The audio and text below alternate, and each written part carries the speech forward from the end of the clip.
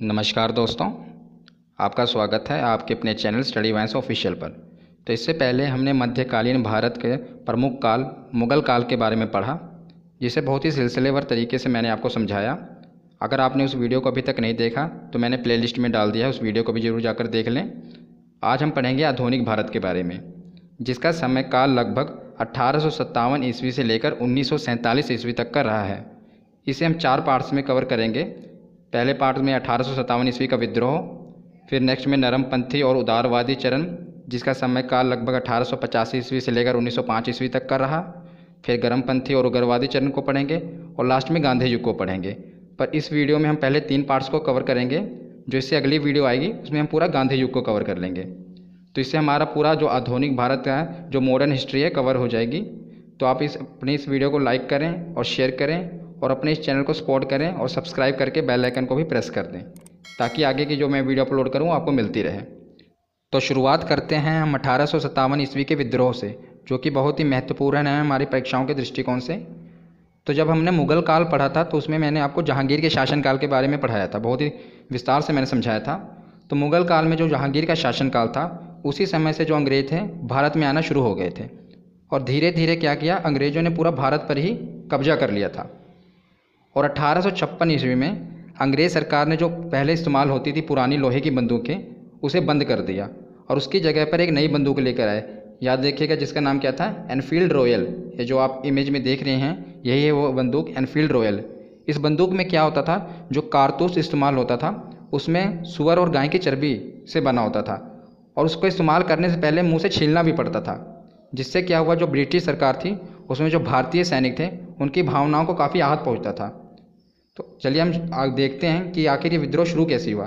तो 29 मार्च 1857 ईस्वी को मंगल पांडे नामक एक सैनिक, याद रखिएगा बैरकपुर, ने बैरकपुर में जो गाय की चर्बी से बने कारतूसों को मुंह से काटने से मना कर दिया, क्योंकि बंदूकों में डालने से पहले उसे मुंह से काटना पड़ता था। और इन्हें फिर क्या किया, अंग्रेज़ सरकार ने इन्हें गिरफ्तार करके 8 अप्रैल 1857 ईस्वी को फांसी पर चढ़ा दिया। तो यहीं से 1857 ईस्वी का जो विद्रोह था उसने विकराल रूप धारण कर लिया और पूरे भारत में ये विद्रोह की चिंगारी फैल गई। तो विद्रोह की शुरुआत याद रखिएगा कि 10 मई 1857 ईस्वी को मेरठ से शुरू हुई थी। कहाँ से? मेरठ से। और इस विद्रोह के समय भारतीय गवर्नर जनरल थे, वो कौन थे? Lord Canning. बहुत बार परीक्षाओं में पूछा गया है, डायरेक्ट ये क्वेश्चन पूछा गया है, कौन थे? Lord Canning. ये उस समय भारत के गवर्नर जनरल थे। तो जब ये विद्रोह हुआ तो ये भारत के विभिन्न हिस्सों में फैल गया और विभिन्न हिस्सों में इसके बड़े बड़े लीडर बने, जिन्होंने इस विद्रोह को लीड किया। तो ये जो नेतृत्व किया लीडरों ने, ये भी एग्ज़ाम में पूछा जाता है। और ज़्यादातर ये विद्रोह जो है उत्तर भारत में देखने को मिला। उत्तर भारत के कई हिस्सों में ये विद्रोह फैल गया, तो ज़्यादातर ये उत्तर भारत में ही देखने को मिला है। और दक्षिण भारत के भी कई हिस्सों में हुआ, पर ज़्यादा इसका जो फैलाव था उत्तर भारत में ही देखा गया। तो चलिए हम देखते हैं कि इसका नेतृत्व किसने किसने किया। तो दिल्ली में इसका नेतृत्व किया था बहादुर शाह जफ़र ने। बहादुर शाह जफ़र कौन थे? ये मुगलिया सल्तनत के आखिरी बादशाह थे, जिसे बहादुर शाह द्वितीय भी कहा जाता है। और कानपुर में तात्या टोपे ने इस विद्रोह का नेतृत्व किया और लखनऊ में बेगम हजरत महल ने इसका नेतृत्व किया। आपको पता है जो लखनऊ है नवाबों का शहर माना जाता है, तो बेगम नवाबों की ही होती है, इसे आप याद रख पाएंगे इसे। तो लखनऊ में बेगम हजरत महल ने इसका नेतृत्व किया और झांसी में रानी लक्ष्मीबाई ने कुछ इस विद्रोह की बागडोर संभाली और जगदीशपुर में कुंवर सिंह ने और बरेली में खान बहादुर खान ने। ये कुछ लीडर हैं जो आपको याद रखने हैं। इन्होंने 1857 ईस्वी के विद्रोह का नेतृत्व किया था। तो मैं आपको बता दूं, जो ये विद्रोह था ये इतना सफल नहीं हो पाया था, क्योंकि अंग्रेज़ों ने क्या किया, इसको दबा दिया इस विद्रोह के पूरा। क्योंकि इस विद्रोह में जो थी यूनिटी नहीं थी, संगठन नहीं बन पाया था एक हिसाब से, जिस कारण इस विद्रोह को अंग्रेज़ों ने बहुत जल्द ही दबा दिया। तो उसके बाद क्या हुआ, अब हम आगे पढ़ेंगे नरमपंथी और उदारवादी चरण, जिसका समय काल लगभग 1885 से लेकर 1905 ईस्वी तक का रहा। तो उसके बाद जब ये विद्रोह को दबाया गया तो लोगों ने क्या किया, उन्होंने सोचा कि एक पार्टी बनाई जाए जिससे हम अपनी बातें सरकार तक पहुंचा सकें, मतलब अंग्रेज़ों तक पहुंचाई जा सकें अपनी बातें। इसके लिए उन्होंने एक संगठन यानी एक पार्टी का बनाने का सुझाव किया। तो 1885 ईस्वी में कांग्रेस की स्थापना बम्बई में की गई। तो एक पार्टी बनी जिसका नाम कांग्रेस था। ये 1885 ईस्वी में बनी और इसकी स्थापना बम्बई में की गई, जिसके संस्थापक याद रखिएगा आप, A.O. ह्यूम, ये इसके संस्थापक थे। और उस समय के अगर गवर्नर जनरल की बात करें तो लॉर्ड डफरिन थे उस समय के गवर्नर जनरल। तो जो एक कांग्रेस पार्टी बनी, इसका पहला अधिवेशन कहाँ पर किया गया ये भी पूछा जाता है। तो इसका पहला अधिवेशन बम्बई में किया गया। और किसकी अध्यक्षता में किया गया? तो व्योमेश चंद्र बनर्जी की अध्यक्षता में ये किया गया। और जो ये पहला अधिवेशन हुआ था, इसमें 72 प्रतिनिधियों ने भाग लिया था। जो भी मैं आपको तथ्य बता रहा हूँ ये सभी इंपॉर्टेंट है, इसीलिए आप ध्यान से सुनिए और ध्यान से इसे नोट करिएगा, क्योंकि ये एग्ज़ाम में पूछे गए हैं, इसीलिए मैंने इसमें इंक्लूड किए हैं। उसके बाद हम देखते हैं, तो इसी दौरान कुछ वर्षों बाद भारत और अफगानिस्तान के बीच एक सीमा, जो आप ड्यूरेंट रेखा भी कहा जाता है, काफ़ी इंपॉर्टेंट है, इसी दौरान बनी थी। और उस समय जो गवर्नर जनरल थे वो थे लॉर्ड लैंसडाउन, क्योंकि जो गवर्नर जनरल ये पूछे जाते हैं कि उस समय के गवर्नर जनरल कौन थे, इसीलिए मैं आपको साथ साथ कवर करा रहा हूँ। तो इसके बाद क्या कहते हैं, अफगानिस्तान के बीच सीमा बन गई थी जिसे ड्यूरेंट रेखा कहा जाता है, और गवर्नर जनरल कौन थे? लॉर्ड लैंसडाउन। तो अब पढ़ते हैं 1887 से लेकर 1891 के बीच की कुछ प्रमुख घटनाओं के बारे में, जो कि हमारी परीक्षाओं के लिए महत्वपूर्ण है। तो 1887 ईस्वी में दादा भाई नौरोजी ने इंग्लैंड में भारत सुधार समिति की स्थापना की थी। याद रखिएगा, भारत सुधार समिति। ये समिति इसलिए बनाई गई थी ताकि भारतीयों पर होने वाले अत्याचार को बचाया जा सके। और इसी के बाद क्या हुआ, जो ब्रिटिश सरकार थी उसका रुख जो कांग्रेस पार्टी थी उसके प्रति कठोर होता चला गया, क्योंकि जो कांग्रेस पार्टी बनी थी उसका मुख्य उद्देश्य क्या था कि जनता की, आवाम की आवाज़ को सरकार तक पहुंचाना, ताकि आवाम पर कोई अत्याचार ना हो सके। पर जब ये सुधार समिति बनी थी, इसके बाद क्या हुआ, जो ब्रिटिश सरकार का रुख था वो कांग्रेस के प्रति कठोर होता चला गया। और याद रखिएगा, जो कांग्रेस के पहले मुस्लिम अध्यक्ष बने थे वो कौन थे? बदरुद्दीन तैयब जी। और जो कांग्रेस के पहले अंग्रेज अध्यक्ष बने थे वो थे जॉर्ज यूल। तो कांग्रेस के पहले मुस्लिम अध्यक्ष बने थे बदरुद्दीन तैयब, और कांग्रेस के पहले अंग्रेज अध्यक्ष बने थे जॉर्ज यूल। तो आगे चलते हैं सन 1892 ईस्वी में। तो 1892 ईस्वी में दादा भाई नौरोजी, याद रखिएगा दादा भाई नौरोजी उस समय के बहुत ही महत्वपूर्ण स्वतंत्रता सेनानी थे। तो दादा भाई नौरोजी ने इंग्लैंड के फिन्सबरी नामक स्थान से सांसद का चुनाव लड़ा, और इंग्लैंड की संसद में पहुंचने वाले पहले भारतीय बने थे दादा भाई नौरोजी। यार बहुत बार एग्जाम में पूछा गया है, कहाँ से लड़े थे? इंग्लैंड के फिन्सबरी नामक स्थान से ये सांसद का चुनाव लड़े थे, और इंग्लैंड की संसद में पहुंचने वाले पहले और इकलौते भारतीय उस समय बने थे। तो अब आगे हम गर्मपंथी चरण के बारे में पढ़ेंगे। उससे पहले कुछ हम नेताओं के बारे में पढ़ लेते हैं जो कि महत्वपूर्ण हैं, जो कि उदारवादी नेता और उग्रवादी नेता हैं। इनके बारे में पढ़ लेते हैं। तो उदारवादी नेता और उग्रवादी नेता का कंसेप्ट क्या है उससे पहले मैं आपको समझा दूँ। तो जो उदारवादी नेता थे ये हिंसा के विरोधी थे, और सरकार से कोई बात मनवानी हो तो अपील करते थे। पर जो उग्रवादी नेता थे ये हिंसा के विरोधी नहीं थे, ये हिंसक स्वभाव के थे, और अगर सरकार से कोई बात मनानी हो तो ये हिंसा का भी प्रयोग कर लेते थे। तो उदारवादी नेता हिंसा का विरोधी थे, हिंसक नहीं थे, लेकिन जो उग्रवादी नेता थे ये हिंसक थे। तो उदारवादी नेता कौन कौन से थे उस समय के? तो दादा भाई नौरोजी, गोविंद रनाडे, गोपाल कृष्ण गोखले और मदन मोहन मालवीय, ये उदारवादी नेता थे। और उग्रवादी नेता कौन से? तो उग्रवादी नेताओं में महत्वपूर्ण 3 नाम थे। लाल बाल पाल जिन्हें कहा जाता है। लाल यानी लाला लाजपत राय, बाल यानी बाल गंगाधर तिलक, और पाल यानी विपिन चंद्र पाल। इनसे काफ़ी एग्जाम में क्वेश्चन पूछा जाता है, तभी आगे मैं आपको थोड़ा डिटेल में बताऊंगा इन तीनों के बारे में। और एक और प्रमुख नेता थे अरविंद घोष, ये भी उग्रवादी नेता थे। महत्वपूर्ण 3 ही थे जिन्हें लाल बाल और पाल कहा जाता था। तो अब हम आगे पढ़ेंगे 1905 ईस्वी से। यहीं से गर्मपंथी चरण की शुरुआत हुई थी। तो 1905 ईस्वी में बंगाल में बढ़ते राष्ट्रवाद को देखते हुए 20 जुलाई 1905 ईस्वी को बंगाल के गवर्नर जनरल कौन थे? लॉर्ड कर्जन ने बंगाल के विभाजन की घोषणा कर दी। तो वहाँ पर बढ़ते हुए राष्ट्रवाद को देखते हुए गवर्नर जनरल लॉर्ड कर्जन ने बंगाल को विभाजन करने की घोषणा कर दी, जिसके विरोध में क्या हुआ? 7 अगस्त 1905 ईस्वी को कोलकाता में स्वदेशी आंदोलन, जिसे बंग भंग भी कहा जाता है, आरंभ किया गया। 7 अगस्त 1905 ईस्वी को कोलकाता में स्वदेशी आंदोलन, जिसका नेतृत्व किसने किया था?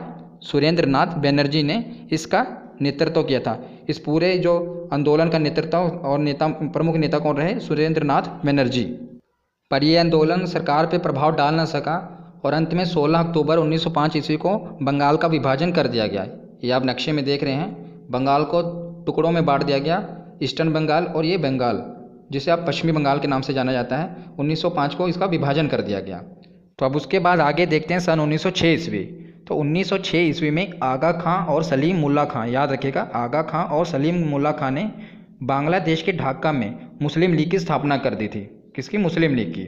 और जिसका संविधान कराची में बना, और पहली मीटिंग अमृतसर में आयोजित की गई थी। ये पूछा जाता है कि जो मुस्लिम लीग पार्टी थी उसका संविधान कहाँ बना था? कराची में, और जो उसकी पहली मीटिंग हुई थी वो अमृतसर में आयोजित की गई थी। तो उसके बाद सन 1907 ईस्वी में कांग्रेस पार्टी में आपसी मतभेद होने के कारण सूरत अधिवेशन आयोजित किया गया और इसी अधिवेशन में कांग्रेस पार्टी दो गुटों में बट गई, मतलब दो दलों में बट गई। एक है नरम दल और दूसरा गरम दल, जिसे मैंने अभी आपको समझाया, उदारवादी नेता और उग्रवादी नेता। तो यहीं से कांग्रेस पार्टी दो गुटों में बट गई थी। तो अब आगे चलते हैं, देखते हैं सन 1911। तो जितने भी मैं आपको ये सन करा रहा हूँ ये बहुत ही महत्वपूर्ण है, इनसे परीक्षाओं में क्वेश्चन बनते हैं, इसलिए मैंने इन्हें इंक्लूड किया है, इसलिए आप बहुत ध्यान से सुनिए इन्हें। तो सन 1911 ईस्वी में जब लॉर्ड हॉर्डिंग बंगाल का गवर्नर जनरल बना, तो बंगाल का गवर्नर जनरल बनते ही उसने बंगाल का विभाजन रद्द कर दिया। क्यों रद्द कर दिया? क्योंकि जब बंगाल को दो टुकड़ों में बांटा गया था तो बहुत से छोटे छोटे राष्ट्रवादी नेता वहाँ से बनने लगे, तो और विद्रोह होने लगा। जिस विद्रोह को दबाने के लिए क्या किया, लॉर्ड हॉर्डिंग ने उन्हें आपस में मिलाने के लिए बंगाल का विभाजन रद्द कर दिया। पर आगे चल के आपको पता ही है कि ये बांग्लादेश बना, पर उस समय उसने रद्द कर दिया और भारत की राजधानी कोलकाता से दिल्ली बनाने की घोषणा कर दी। किसने? लॉर्ड हॉर्डिंग ने। और 1912 में भारत की राजधानी कोलकाता से दिल्ली बना दी गई।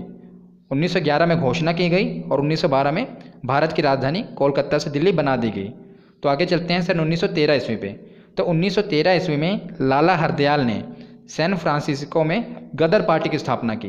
तो याद रखिएगा, ये अब तीसरी पार्टी है, पहली कांग्रेस, फिर मैंने आपको मुस्लिम लीग के बारे में बताया, अब ये तीसरी गदर पार्टी। तो इसको शुरुआत किसने की? लाला हरदयाल ने सैन फ्रांसिस्को में गदर पार्टी की स्थापना की। और सन 1917 ईस्वी में कांग्रेस का कोलकाता अधिवेशन हुआ, मतलब कोलकाता में मीटिंग हुई और उसमें एनी बेसेंट को अध्यक्ष बना दिया गया कांग्रेस पार्टी का। और याद रखिएगा, एनी बेसेंट ही कांग्रेस की पहली महिला अध्यक्ष बनी थी। मैंने आपको पहले मुस्लिम अध्यक्ष भी बताया, अंग्रेज अध्यक्ष भी, और ये अब पहली महिला अध्यक्ष हैं, ये सभी आप याद रखिएगा। तो इसके बाद गांधी जी की एंट्री हो गई थी, जिसे हम अगले पार्ट में गांधी युग में पढ़ेंगे। अब हम पढ़ लेते हैं लाल बाल पाल के बारे में, जिसे मैंने वीडियो के बीच में आपको बताया था ना, इसके बारे में हम डिटेल में पढ़ेंगे क्योंकि इनसे परीक्षाओं में क्वेश्चन बनते हैं। ये लाल बाल पाल की ऐतिहासिक फ़ोटो है, इसमें लाला लाजपत राय, बाल गंगाधर तिलक और विपिन चंद्र पाल, इन तीनों ही हैं, या उनकी ऐतिहासिक फ़ोटो है उस समय की। तो पहले पढ़ते हैं लाला लाजपत राय के बारे में, यानी लाल। तो लाला लाजपत राय, जिन्हें पंजाब केसरी के नाम से भी जाना जाता था, और ये गरम दल के प्रमुख नेता थे और उन्हें गरम दल में पंजाब के शेर की उपाधि भी मिली थी, उन्हें पंजाब के शेर की उपाधि भी दी गई थी। और लाला लाजपत राय ने यंग इंडिया नामक एक पुस्तक भी लिखी थी, याद रखिएगा, यंग इंडिया नामक पुस्तक। और जब साइमन कमीशन भारत आया था तब लाला लाजपत राय ने ही युवाओं के साथ मिलकर उसका विरोध किया था। तो ये कुछ फैक्ट थे जो लाला लाजपत राय से पूछे जाते हैं। आगे हम देखते हैं बाल गंगाधर तिलक के बारे में। तो हमने लाल के बारे में पढ़ लिया, अब हम पढ़ते हैं बाल के बारे में, यानी बाल गंगाधर तिलक। तो बाल गंगाधर तिलक जी गरम दलीय आंदोलन का पिता कहा जाता है इन्हें। और स्वराज मेरा जन्मसिद्ध अधिकार है, मैं इसे लेकर रहूँगा, ये नारा भी किसने दिया था? बाल गंगाधर तिलक जी ने। स्वराज मेरा जन्मसिद्ध अधिकार है और मैं इसे लेकर रहूँगा। और साप्ताहिक पत्रिका केसरी और गीता रहस्य नामक ग्रंथ भी लिखा था बाल गंगाधर तिलक जी ने। और महाराष्ट्र में जो आप ये गणपति उत्सव महोत्सव देखते हैं, उसका आरंभ करने का श्रेय भी बाल गंगाधर तिलक को ही जाता है। तो ये कुछ जीके के प्रश्न बनते हैं बाल गंगाधर तिलक से। तो हमने लाल और बाल के बारे में पढ़ लिया, अब पढ़ते हैं पाल के बारे में, यानी बिपिन चंद्र पाल जी। तो जो बिपिन चंद्र पाल थे, ये लाल बाल पाल के ही हिस्सा थे और भारत के क्रांतिकारी और उग्रवादी गतिविधियों को अंजाम देने में विश्वास रखते थे, मतलब उग्रवादी नेता थे। और उन्होंने कई अखबार भी निकाले थे, हमारी परीक्षाओं में इनके द्वारा निकाले गए अखबार ही पूछे जाते हैं। तो इन्होंने निकाला था परिदर्शक अखबार, ये जो बंगाली साप्ताहिक है, ये 1886 ईस्वी में निकाला था। उसके बाद न्यू इंडिया, ये 1902 में अंग्रेजी साप्ताहिक निकाला। और उसके बाद वंदे मातरम 1906 ईस्वी में बंगाली दैनिक निकाला। मतलब बंगाली दैनिक मतलब ये रोज़ निकाला जाने वाला अखबार था, और साप्ताहिक मतलब जो सप्ताह में एक बार निकाला जाता है। तो परिदर्शक निकाला, उसके बाद न्यू इंडिया और फिर वंदे मातरम, ये तीनों अखबार बिपिन चंद्र पाल द्वारा निकाले गए थे। तो हमने यहाँ पर आधुनिक भारत के तीनों पार्ट्स को कवर कर लिया। अब बचा गांधी युग, वो मैं इसे नेक्स्ट वीडियो में अपलोड करूँगा, इसे नेक्स्ट वीडियो में डालूंगा। तो आप अगर आपको ये वीडियो हेल्पफुल लगे तो आप अपने चैनल को सब्सक्राइब करके और बेल आइकन को प्रेस कर दें और वीडियो को लाइक करें और शेयर भी कर दें। धन्यवाद।